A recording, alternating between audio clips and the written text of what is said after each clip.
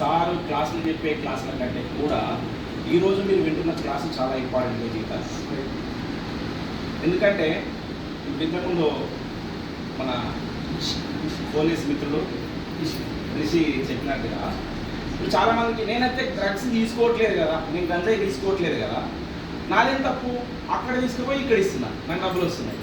నేనైతే తీసుకోవట్లేదు కదా, జస్ట్ అక్కడ నుంచి ఇక్కడ సప్లై చేస్తున్నా, సప్లై చేసినప్పుడు నాకు డబ్బులు వస్తున్నాయి, ఇదేం తప్పు అవుతుందని చెప్పేసి మీరు అనుకోవచ్చు. ఇంతకుముందు సారి చెప్పాడు కదా, మొత్తం తీయాలంటే దొంతంతా కదిలినట్టుగా సప్లై చేసేవాడు కూడా నిందితుడే. కాబట్టి చాలామందికి అనుమానాలు వస్తుండొచ్చు, అసలు ఈ డ్రగ్స్ ఎక్కడి నుంచి వస్తున్నాయి, వాటి మీద చాలా ప్రభుత్వం రకరకాల కార్యక్రమాలు నిర్వహిస్తూ ఉన్నది. మెయిన్గా డ్రగ్స్ దగ్గరికి బానిసలుగా ఎట్లా అవుతున్నారంటే చిన్న క్లాస్ నుంచే మొదలవుతుంది. మీ గల్లీలలో, మీ బస్తీలలో, మీ అపార్ట్మెంట్లలో ఉండే మిత్రులు కొంతమంది చిన్న చిన్న అలవాట్లు మన పేరెంట్స్ నుంచి కూడా కొన్ని వస్తాయి. మన పేరెంట్స్ సిగరెట్ తాగుతారు, కొంతమంది అట్లా తాగే అలవాటు అనుకోండి, మా నాన్న తాగుతుంది కదా అని మన దోస్తులతో మెల్లగా మనం ఏం చేస్తాం, చూద్దాం రా ఎట్లుంటుందో ఒకసారి అని చెప్పేసి మెల్లగా సిగరెట్ అంటేస్తాం.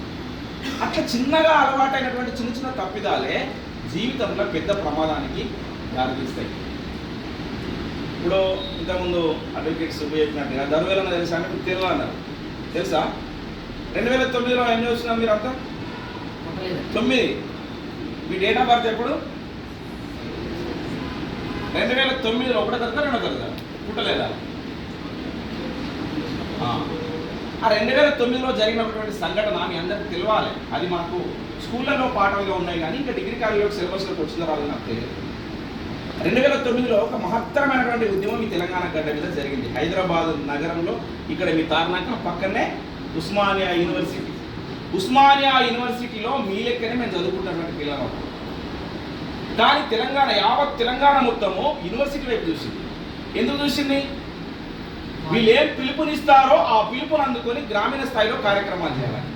ఎందుకు మా దగ్గర చూసిరు? రాజకీయ పార్టీలు ఉన్నాయి, అప్పటికే చాలా రకరకాల పార్టీలు ఉన్నాయి, పోరాటం చేస్తున్నాయి. అయినా ఎవరిని నమ్మని, ఎవరి పట్ల నిజాయితీగా నిబద్ధతగా ఒక అంకిత భావం లేని వాళ్ళే అంత పార్టీలు అంటే పదవుల కోసం పోతారు. కానీ నిస్వార్థంగా ఉండేవాడు ఎవడు? వాడు విద్యార్థి మాత్రమే.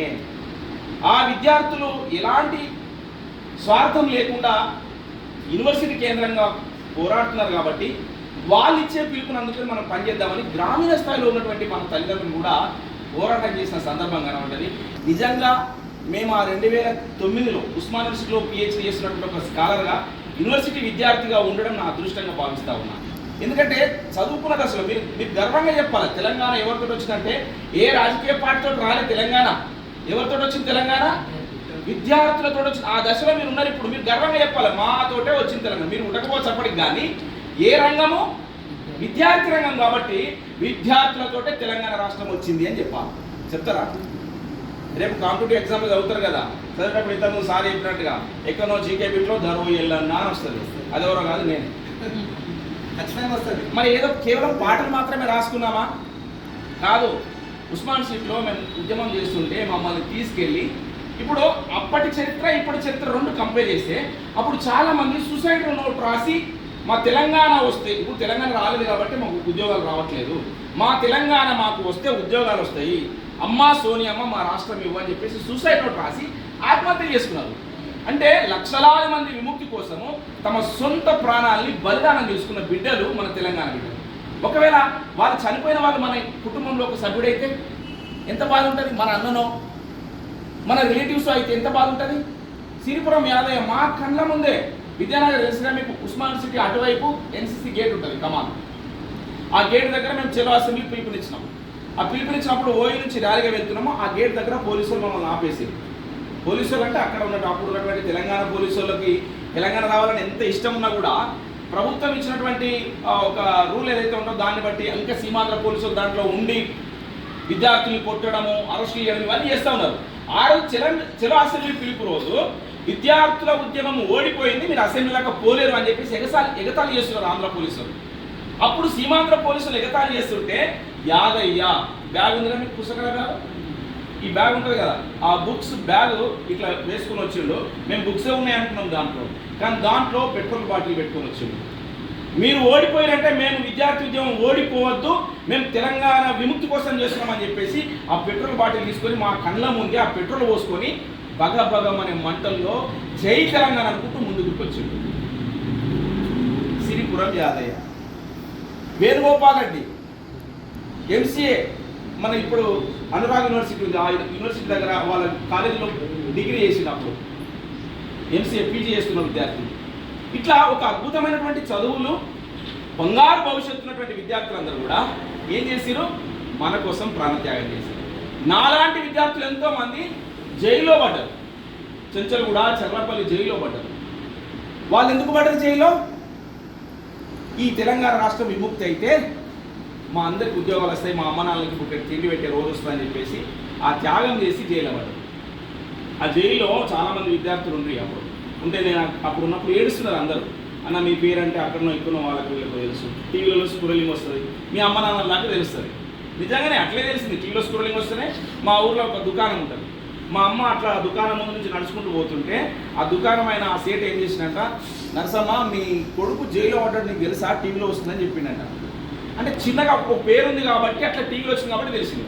అట్లా మరి 40-50 మంది నాతో పాటు విద్యార్థులు లోపల ఉన్నారు, వాళ్ళ పేర్లు ఇంకా చక్కగా మీడియా వాళ్ళకు కూడా తెలియదు. ఎంత ఏడుస్తే వాళ్ళు ఏడుస్తుంటే నేను బాధపడుతున్నాను. ఎందుకు ఏడుస్తుంటామేనంటే మా అమ్మ నాన్నకి తెలియదు నాకు జైలు పడ్డామని అని చెప్పేసి. అంటే తల్లిదండ్రులకు తెలియకుండా ఒక ఉద్యమం, అంటే మా తల్లిదండ్రుల విముక్తి కోసం జరుగుతున్న ఉద్యమం అని చెప్పేసి పోరాటం చేసి జైలు పాలయ్యారు. వాళ్ళకి ధైర్యం నింపడం కోసం కూడా జైల్లో కూడా చెంచల్ కూడా జైల్లో ఉన్న చంద్రవంకలారని మా విద్యార్థులకు ధైర్యం నిలుపుకోవడం కోసం పాటలు రాసుకున్నాం. నేనే రాసిన చెంచల్ కూడా జైల్లో ఉన్న చంద్రవంకలారని ఒక రేపటి తెలంగాణ ఆశజ్యోతులారా అని చెప్పేసి ఒక పాట రాసుకున్నాం. ఇవన్నీ మీరు ఒకసారి పరిశీలిస్తే కాళ్ళు విరిగినాయి, చేతులు విరిగినాయి, లాఠీ ఛార్జీలు అయినాయి, జైలు దెబ్బలు తిన్నాం, చాలామంది అమరులయ్యారు. దేనికోసం? ఈ తెలంగాణ రాష్ట్రం కోసం. ఈ రాష్ట్రం అంటే ఉట్టిగా భౌగోళికంగా గీతలు తీసుకోవడం కోసం కాదు కదా, మీ అట్లాంటి వాళ్ళ బంగారు భవిష్యత్తు కోసం. నా విద్యార్థులకు ఉద్యోగాలు రావాలని చెప్పేసి వాళ్ళు వాళ్ళ జీవితాన్ని సర్వం త్యాగం చేసేది. ఇప్పుడు మనం ఏం చేస్తున్నాం? ఇప్పుడు మన తరం ఏం చేస్తున్నాం? మన తరం నిజాయితీగా చదువుకుంటున్నామా? సెల్ ఫోన్ లేకపోతే, యూట్యూబ్లో వీడియో లేకపోతే, లేదా రీల్స్ లేకపోతే, లేదా ఇన్స్టాగ్రామ్ అకౌంట్ లేకపోతే ఏదో గందరగోళం, మొత్తం మనకు పెనుముప్పు పెను ప్రమాదం వచ్చినంత భారంగా జీవిస్తున్నాం. ఇంటర్మీడియట్ 10th పిల్లలు వీడియో లేకపోతే అన్నం తినట్లే, స్కూల్ చిన్న పిల్లలు కూడా ఎంత అడిక్ట్ అయిపోతున్నాం. ఇలా అనివార్యంగా నాకు నిజంగా సుబ్బు ఈ కార్యక్రమానికి కూడా నేను అదృష్టంగా భావిస్తున్నా. మేము government adviser board member, cultural department and tourism department.